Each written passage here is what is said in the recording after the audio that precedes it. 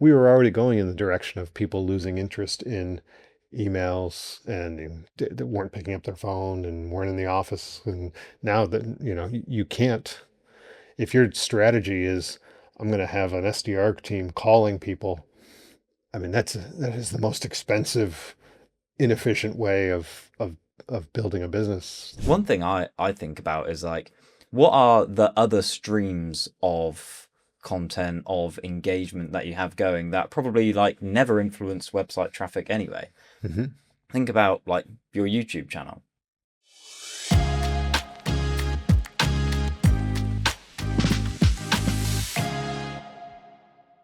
Just a quick one before we get into the episode, because I've got an offer that I'm sure all of you will be interested in. AEO is something that every B2B marketing team is trying to figure out right now, and most just don't know where to start. But at Blend, we're offering a full AEO analysis of your brand's AI visibility, and we'll walk you through exactly what we found and what to do about it. From full prompt analysis against your competitors to a citation analysis, where we'll look at different content types and how you're being cited for those and mentioned in those, and what you can actually do to be mentioned and cited much more for your brand, and what content you should create going forwards, and how you comprise that strategy really. We will drop a note in the description of this episode in the show notes, and you can go over there, request your free AEO audit, and we will deliver that to you. Hi everyone, welcome back to Demand Decoded. Dan here with you today, joined by Josh in the studio. Good to have you here, Josh, with us as always. Always. And in today's episode, we've kind of got a license to talk about quite a few things, because we're going to be covering like what on earth is going on in go-to-market right now. There are so many changes, so many like, why is this happening? How on earth is this changing, like going on at the moment? We have this kind of like chaos list of things to run through to cover off. This thing is changing significantly. What does that mean, and what do we do about it? And yeah, it's a bit more of a loose episode probably compared to some of the others that are a bit more structured, but I think one that's really valuable because it's answering so many questions that people have right now. This chaos list of things, Josh, just seems to be growing and growing at the moment.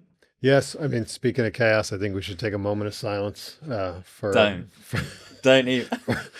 for the English football club that suffered a brutal defeat last night. Yeah. I wore black to. I was going to wear my England top, but I burnt it on the way in. So yeah, so let's pause. Okay, we're good to go now. all right, let's jump in. Before we get into the podcast today, here's a quick word from our sponsors, HubSpot. Most businesses think they know their customers. They have the data, the records, the history, but it's scattered across 3 teams and 4 systems, which means nobody can actually use it. HubSpot connects it all.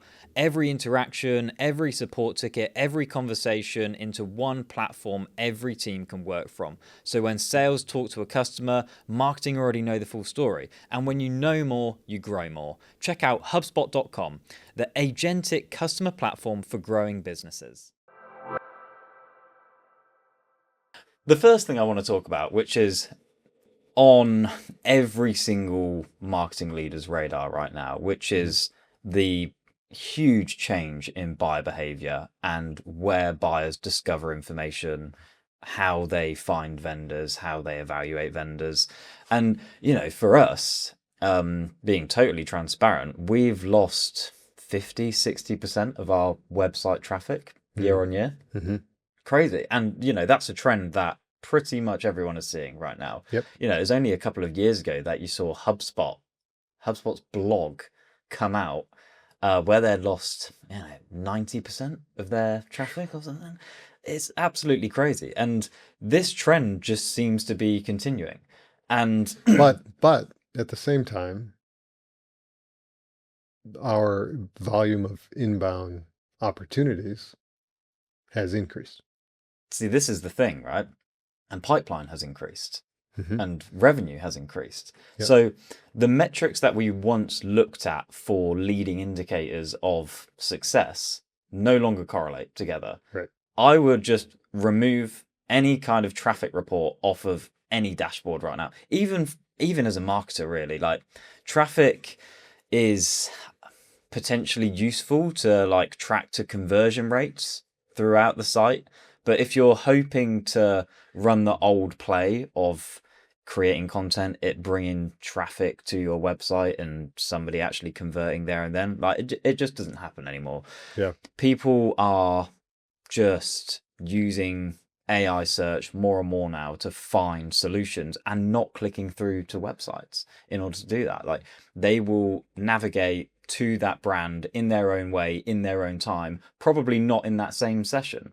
Like the research will happen, I don't know, days, weeks before they actually end up converting on your site. Could be. Yeah.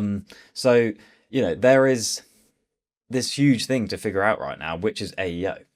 Everybody like has to figure it out. It's not a nice to have. It's not, when we were sat here 12 months ago saying, okay, this channel is important.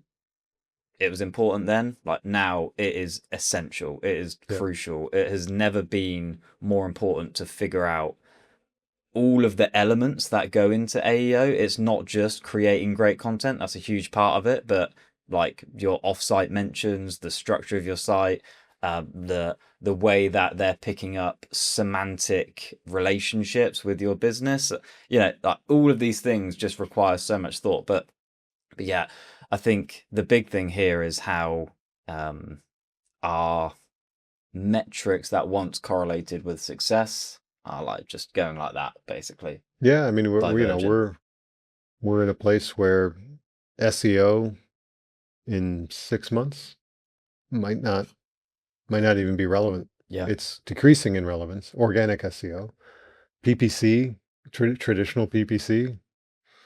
We're still seeing for the customers that we manage that for, we're still seeing good revenue coming from that, but it's decreased year over year by a good margin, uh, and because of that, price per price per click has gone up. Yeah. Because all of your competitors are also getting less. Yeah. And what's the panic mode response? Well, we better increase our budget for that keyword. And so there's an inflationary element to almost every PPC area that I've seen. Yeah. And so, but all of that is becoming, and I think as Google and OpenAI and Microsoft and everybody starts to really get deep into advertising within AEO or within agentic results, your traditional PPC campaigns are going to become cannibalized. Yeah. And well, by the time this goes out, the episode where I look at our initial results of ChatGPT ads will have gone out. And there are huge differences in like cost per clicks. Like a cost per click on ChatGPT ads is probably somewhere between like $4 and $5. Whereas on Google search, that could be anything from like $30 to $100.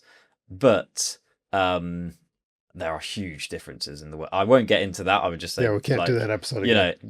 go and listen to that. The main thing really is like we have to find new ways to reach our buyers with the content, the connection, and build the connection with them like in ways we didn't before. One thing I think about is like, what are the other streams of content, of engagement that you have going that probably like never influence website traffic anyway? Think about like your YouTube channel. That's a fantastic way to reach buyers now, which also has a direct impact on AEO, because Google, in particular Gemini, is reading transcripts of videos to inform its results. So like, how many like views do you get on YouTube? Like you're probably not tracking that at the moment or even thinking about that, but that's a substitute for traffic potentially, because it's still people engaging with your brand, like but that requires effort. Indeed. Right? You have done an amazing job over the last couple of years creating weekly podcasts that have real value for our target market. There are very precious few organizations that had that level of commitment and ability to continually escalate or execute. What we've seen from that is you're right. You've started to build a uh, friends of blend community Mm. that are our target market professionals who are eager to advance their own careers and the success of their businesses that are now following us more closely, using the information they get from this podcast in their own careers, seeing success, and then that has led to either immediate customer opportunities, but more frequently longer term customer opportunities, Yeah.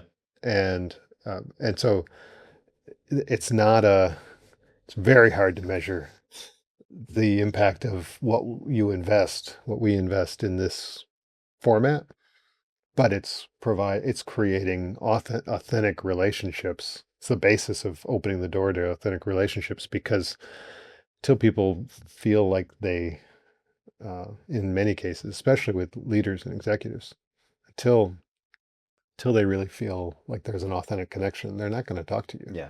right? The old days of hiring if I need this many, like the old waterfall is just fundamentally broken now, Mm. right? Used to be, okay, I need 5,000 leads that'll, that will get me into 1,000 conversations, which will turn to 200 opportunities, and I'll close a quarter of those. And so I get 40 deals, Yeah. and I can just, follow that, and I can measure each conversion step. And there are so many people that are still trying to do that exact same playbook. But the problem is up at the top. That doesn't exist anymore, Yeah. right? You've got people, COVID accelerated this dramatically, but we were already going in the direction of people losing interest in emails and that weren't picking up their phone and weren't in the office. And now that, you can't, if your strategy is, I'm going to have an SDR team calling people, I mean, that is the most expensive, inefficient way of building a business that exists now. The uh, the opportunity for those companies is wait a minute, recognize what your buyers actually value, make sure you're creating the content that is Yeah. real and hard to produce but valuable, so that you're creating community, uh, and then leverage that community into opportunities and into those conversations. But what it means is your close rates have to be much better. So how do you drive? Yeah, it's not enough to just look at the marketer and say, hey, marketer, you need to get me this much pipeline. We need to look at the entire lead or touch to close process and understand exactly what's falling out, where are things falling out at each stage, and is it because we're we're not executing well, our competitors are beating us to the punch, we don't have good product market fit, we focused on a niche that we shouldn't have, Yeah. or we're trying to claim ownership for something that's not legitimate, not authentic. Um, it forces a go-to-market leadership team to shine a really bright light and be excruciatingly honest about what their product does, where where they can have success. I don't think you can lie to the market Mm. anymore. And lies, maybe not the right word, but I don't think you can expect to pull the wool over a buyer's eyes as much as maybe some B2B companies used to in the past. Yeah. You touched on a point there around authenticity, building trust with buyers. And when we think about how we do that from a marketing perspective, I feel like before there was kind of this exception, maybe, that marketing could just build attention, like drive, reach and engagement, but then hand over to sales to actually build trust. Mhm. But I think marketing's job has never been more important in a business to build trust now as well. Like when I think about different content types as well for that, to like give something practical, I think of it in this way: long form content, like a podcast, like even anything like a 20-minute YouTube video, or even a Pulse article on LinkedIn, a newsletter with real value, that's there to build trust.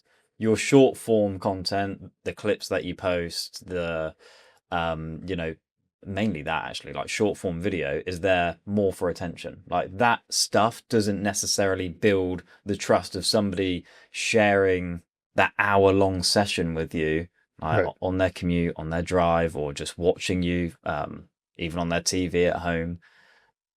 That builds a level of trust that like short form content just can't do. So I would encourage people to think about the different types of content you're creating and the purpose behind those, and what that like emotional connection would feel like for the buyer. How do they do that? I suppose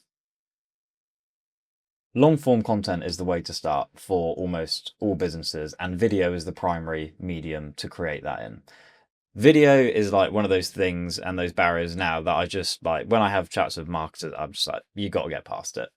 I don't care how, you have to get past it, because the way that we earn attention before, the way that buyers would find informational content for our brand, yeah, it could have been a written blog, it could have been information on our website, but that's gone.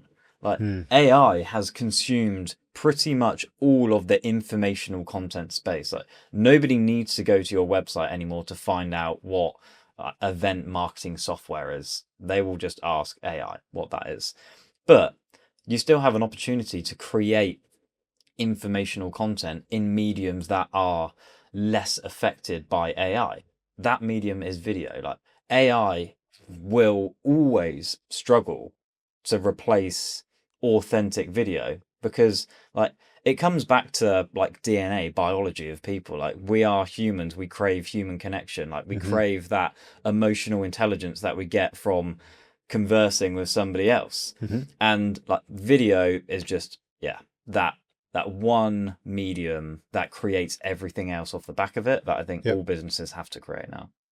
So, does that have any bearing on, or is that statement impacted by the persona and the personality profiles of the potential buyers? So I'll give you a couple of examples. Would you say that it still holds true if your uh, economic buyer, as you evaluate your personas, is a 35-year-old mid-professional tech forward individual in San Francisco versus a 53-year-old white guy in North Georgia that is a historical sales guy? Does either firmographic or demographic information, do you think it has a material impact on the channel on whether video is extremely valuable to the organization? Is there a generational There's thing? You and probably, I are in different yeah, generations. That's why I asked. there's probably like a spectrum Mhm. of how important it is.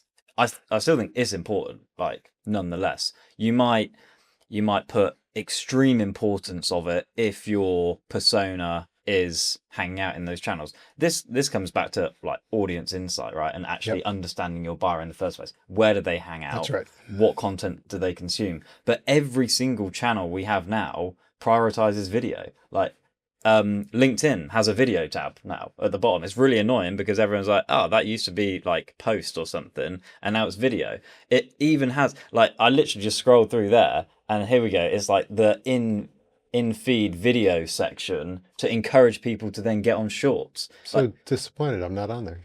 you will be.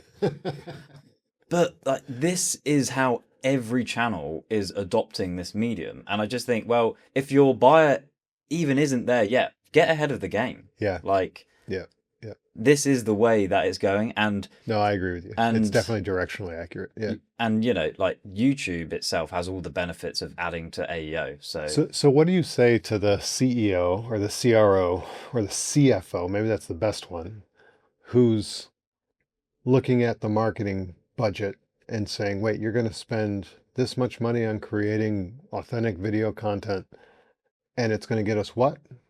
Next quarter? Quarter after? What's that turn into? How do you answer that question for them? I mean, we can't look at it in the way that we used to with attribution. Like it's just not easy to track it like a Google ad. You're never going to get that level of attribution. Do you think that that stops the large majority of organizations from stepping out into that? Absolutely. If you're enjoying this show, let me recommend another one from the HubSpot podcast network, Content is Profit, hosted by brothers Louis and Fonzie Camejo. What I love about this one is how practical it is. Louis and Fonzie break down exactly how to turn your content into real revenue, the frameworks, the strategies, the tactics, with guests who've actually done it. In one episode, Louis talks about finally pushing for real volume, a daily podcast, 10 clips a day. If you're looking to grow content but can't get past that output bottleneck, this is the AI system that has solved it for him. Listen to Content is Profit wherever you get your podcasts. Right now, every B2B marketing team is trying to figure out AEO, where they stand, whether it matters for them, and what they're supposed to actually do about it. The best place to start is knowing where you stand. We're offering a full AEO analysis of your brand's visibility across AI search engines, how often you're mentioned, what you're being cited for, and how your competitors are showing up. Then we'll walk you through the findings on a call with clear next steps. And we're doing all of this for free. You can request your analysis in the show notes below. And it has to be a really honest conversation with the CFO, like to say, we can't measure this in the way we used to, but we can measure trends. Like we can actually look at the reports that are a couple levels up from our marketing dashboard. Like CFO, you don't even actually need to know, like the particular details about where we're investing our budget and the channels we're investing in. But what I will be able to show you is when we started investing in this in 3, 6, 9, 12 months after that, here's the trend of our inbound pipeline off the back of that. That's information that I can give you. I'll go one step further. I would put money on a bet with any CFO or any CRO that while yes, those metrics change, the most important metric, in my opinion, is pipeline close rate, and the just from, I don't have empirical data. I have our experiential data. Yeah. But our close rate's gone through the roof since all of these changes have happened. Now, some of that is people are finding us on IEO answers, and are then coming to us, and so the leads we're getting in through the website are better because those people are in deeper buying cycles and they already know something about us that has been validated by a credible third party in Claude or Gemini, right? Some of them have followed us here, and so when they do reach out with a problem that they want to solve, they're probably not going to 7 different companies to try to do an RFP. They really believe that we're the right mix of folks to help. Thank you. And then, but what it tells me is, as more of a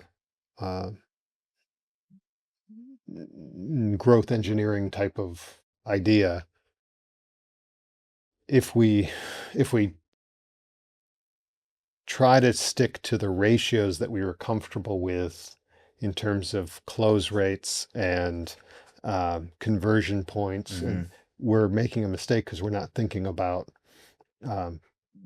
what the new model should be, what that new waterfall should look like. And maybe we don't have as much information about the timing of exactly when things are going to come into the waterfall, and maybe there's different ways to help that. But as it comes in, every single conversation becomes way more important. Yeah. And as a result, we need to be holding ourselves to higher expectations of what we do with every single conversation. Do you think it's fair to say that's also the same with customers? Yeah, Every well, single yeah, customer. you beat me to it. That is the most valuable, the most trusted conversation that we have. So unless you are a one and done company, that is, you have one product to sell to each customer, and once they buy it, you're done, and you just hope to hold on to them as long as they can, or assuming you have other products and you want to have a long-term relationship with the customer, the person who's bought is so valuable. And so that is definitely something we're seeing, as we're working with our customers on their entire, like on their revenue life cycle, and on how to plan for what comes out of where in the revenue life cycle, new logo Yeah. versus growth of existing, maximizing NRR, GRR. That there are new, um, there's an increased importance in the customer half of the journey, and the after they've become a customer. Mm. And but there's, because of the tools, because of the resources we now have, and what we can do in that segment, both in the uh, middle of the customer conversation, whether it's positive or negative, but uh, when our customer success teams are talking to people, are we harnessing and I say talking, but it could be live talking, it could be Slack, it could be Email, yeah. Anything. whatever channel, Yeah. right? But are we grabbing all of that and in real time creating outcomes, right? Either it's oh, they expressed a problem that we can detect with AI, that our we have a product over here that solves that problem. Maybe our customer success person didn't recognize Yeah. that. That would be pretty common. Well, what about the flip side of that though? Like Well, hold customers on, saying hold how on, hold on, valuable it is. hold on. I gotta. Yeah, I know you want to get I'm there. excited, I, Josh. I know, but we gotta finish the play on the first. It's not enough to just detect that there might be an opportunity. We now have to create a lead for the salesperson who owns that account in the CRM to say, and a task that says, okay, there's an opportunity here for this product. Here's the quote of the problem that they're experiencing in their business. Here's the context that came out of the call. You need to follow up with them today, right? It's not enough to say when you get time. Think of the customer experience. If the customer is like just on a call with your customer success team, they had a question, but they've got a good relationship. They're talking, and they express that there's a problem in their business that is unrelated to the product that they've already bought, but they're just it's consuming their time, or they got to go to a meeting to talk about it, or whatever. Like those kinds of things come up all the Mm. time. Um, your systems now grab that and realize, hey, we've got a product that solves that. Now I get a hold of the rep who's responsible for customer growth, who might be someone different than the customer success person Yeah. who took the call, and and create an immediate opportunity and task to say, engage here. And you as the customer get a phone call 30 minutes later, or a text, Yeah. 30 minutes later that says, hey, by the way, that problem, you're in that meeting. That problem, I can solve it for you with this product that we already, that Yeah. is available to you, and it's an easy upgrade. They're in that meeting, they're talking about that problem, and boom, you've proven to be the partner that actually listens and Yeah. helps. That kind of customer experience was never possible before, and is now extremely possible if Yeah. we just put the right systems in place. And so that's the kind of thing. Now, yes, to then take a customer advocate and layer them into your marketing in the right way, so that customers, your prospects, who are either your existing customers who you want to grow into other areas, can see, oh, these are the people that are having success in those areas already, or your new logos where you're trying to use social proof like you always have. That advocacy opportunity is massive, right? Mm. That capturing that and then plugging that back into capturing that customer advocacy, even if it's just a comment made in We do that, right? Yeah. Yeah. Whenever anybody says, "Oh, I love this," Yeah. it pops right up in Slack for you that Yep. says, "Oh, I love this. Great. Well, Yeah. let's grab that quote and engage customers. See if they wouldn't mind us using that in something that Yep. you're doing." It's awesome. Like that kind of thing is great. And on the flip side, I just got off the phone with a friend who's got leaky bucket syndrome. They've got some challenges in their customer retention, but they're not doing any of this stuff on the customer retention side either. So imagine the customer that expresses a concern. They get a call from the VP of customer success, or in this case, maybe one of the founders that says, "Hey, I just saw that you expressed some concerns here. We're serious about your business. We're serious about our relationship. We're going to fix that for you. Yeah. We're going to figure this out together. We just need you to hold our hand as we go through it and help us understand." What a great experience that would be. Absolutely. Yeah. Again, wasn't possible before because you were depending upon a customer success person that is usually a people pleaser and usually not going to be real excited about turning around to the founder of the company to say, "Hey, I've got a problem over here." They think they need to solve that themselves and they get stuck. Um, so there's just being able to solve NRR, net revenue retention, gross revenue retention opportunities and accelerate those numbers, actually make those a bigger part of your revenue plan is now critical because they're the conversations you're already having. Yeah. Yeah. It's like the focus, the obsession with net new logos is one of these chaos points that Yep. has to be solved with looking at the broader revenue lifecycle, everything that impacts revenue in the business, and how do we use marketing, sales, and customer success together in order to solve those things. And that's what a great example of how to do that with a customer. Yeah, we can send signals to sales about customers and when they want to get involved. We can send signals back to marketing about how we want to update messaging based on a customer being like super thrilled with this one particular thing that product may have overlooked as being like a really, really important thing to solve for a business. But the customers are loving this new thing that might be tiny, and we can then weave that back into a new campaign, new messaging. Sales can use it more when they're talking to prospects. Like, yeah, I mean, this connected system of things that's ultimately underpinned by unstructured data now becoming structured, now becoming visible to everybody, is the change that's happening. So the biggest problem I see to preventing any of this from organizations that are, a couple hundred people and larger and into the thousands of people are parochial views of system ownership. And sales has their system and marketing has their system and customer success may even have their own system. How often it's shocking. Like marketing will have bought HubSpot, sales will have bought Salesforce, customer success will have bought something else entirely to manage sometimes it's their phone system from back in the day that has their customer tickets, right? And or they're using Jira or something to do ticket management.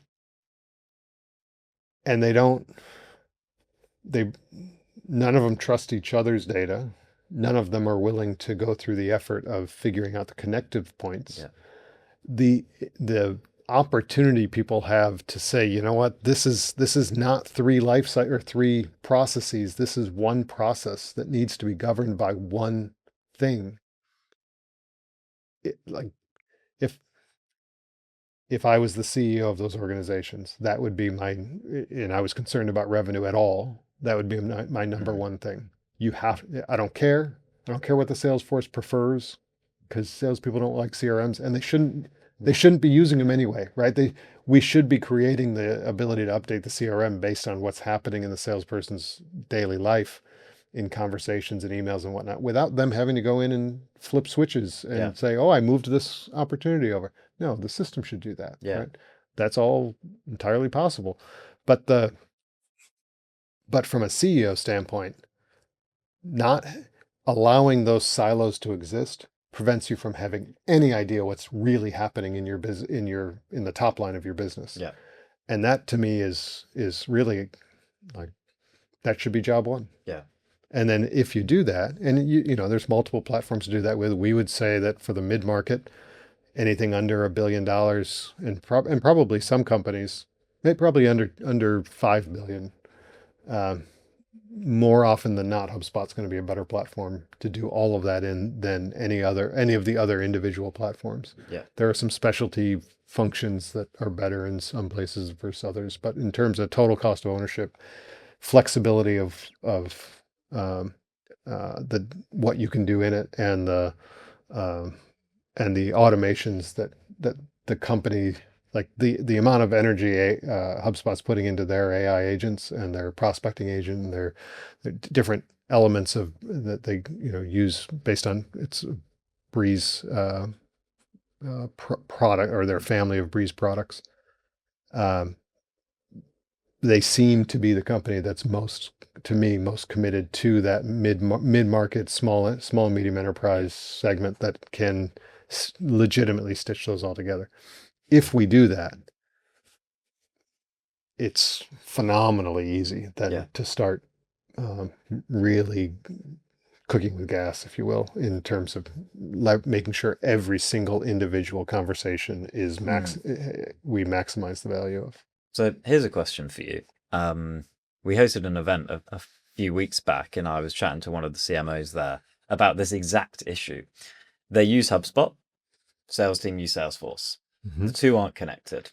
So Shocker. They're spending, I don't know, $500,000 a year on Google Ads and are flying blind, basically.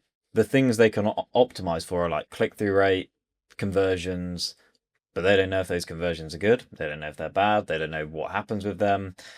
And they understand this is an issue. Like, the CMO gets this is an issue, but like, what can they do? What do they need to bring to the CEO in order to show them that this is an issue? Like, what are the data points? What are the things that make it a no-brainer to sort this out? I mean, I would go so first of all, I'd go to the CFO.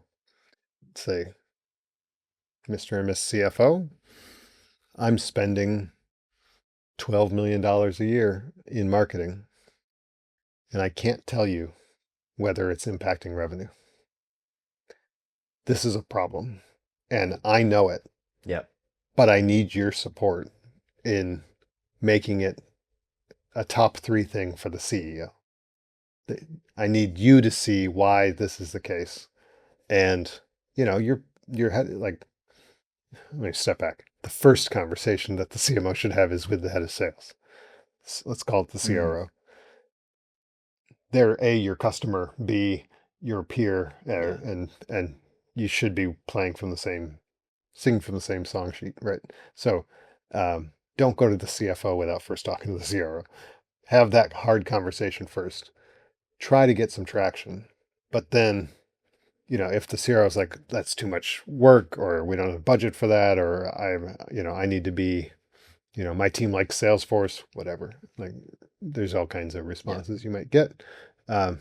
We have too much investment in this. That's what I hear most often. We have so much investment in this, right? Or we just put this in, or we just, so what? It's old money after good, right? Like, it's bad money after good.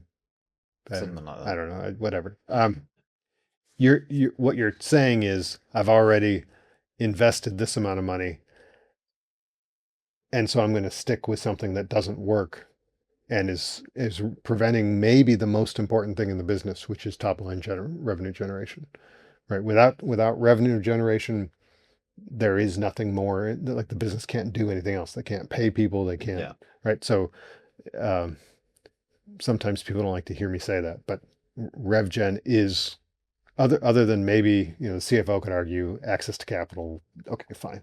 But from a running the business OpEx and, just P&L standpoint, rev gen is always number one. If you don't have control over that, you don't know what's going on, and you're just guessing, as a CFO, I should be scared, furious, concerned, curious. I should not be happy. Yeah. I should not be comfortable. in my projections that, like how in the world, if you had that conversation with the CFO, with the CFO, then look at the CRO and say, how do you know you're going to generate this much Yeah. revenue? What is your projections based on? How are you doing that? And, that gets awkward. So that's why those people need to be on the same page. But ideally, you're trying to create that triangle of, let's shine a bright light on what's the truth. Mm. Let's get the CRO, CMO, CFO in the same place, understanding the problem, and then let's go to the CEO and the board and say, we this is too important not to fix. Yeah. And we need to fix it one way. Now, there's risk that the answer will come down as, okay, CMO, get on the same platform as the as the CRO. You've got to be willing to, like, you have to go into that authentically also, right? You have to be able to have okay, well, let's look at the platforms under consideration. Let's do a thorough analysis. But it can't be political. It's got to be, we've got to really evaluate it and evaluate. And that's where you can leverage the CFO, because you can say, listen, we need to focus on TCO.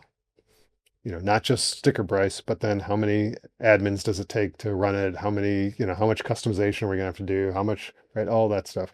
How easy is it to integrate with other things? Yes. All right. I think we're running out of time a little bit on this one, and we should probably make this actually a few parts, because we've just scratched the surface with what on earth is happening in go-to-market right now. Literally just a few things off of the list. WOE is happening.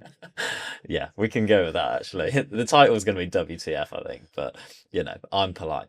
So yeah, we'll do a few parts, I think, because there is just so much to talk about here. But to round us off, what are your core takeaways from this?